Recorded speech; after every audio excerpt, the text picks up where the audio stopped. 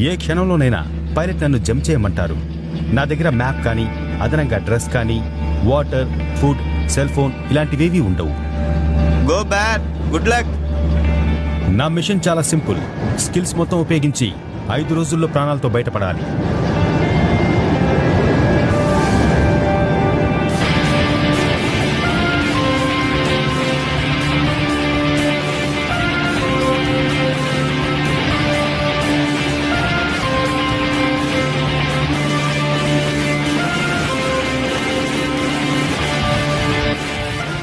నేల మీద కెమెరా సిబ్బంది నన్ను ఫాలో అవుతుంటారు, కానీ రూల్స్ పాటించాలి. వాళ్ళు నాతో మాట్లాడకూడదు. జీవన్ మరణ పరిస్థితుల్లో మాత్రమే వాళ్ళు చొరవ తీసుకోవాలి.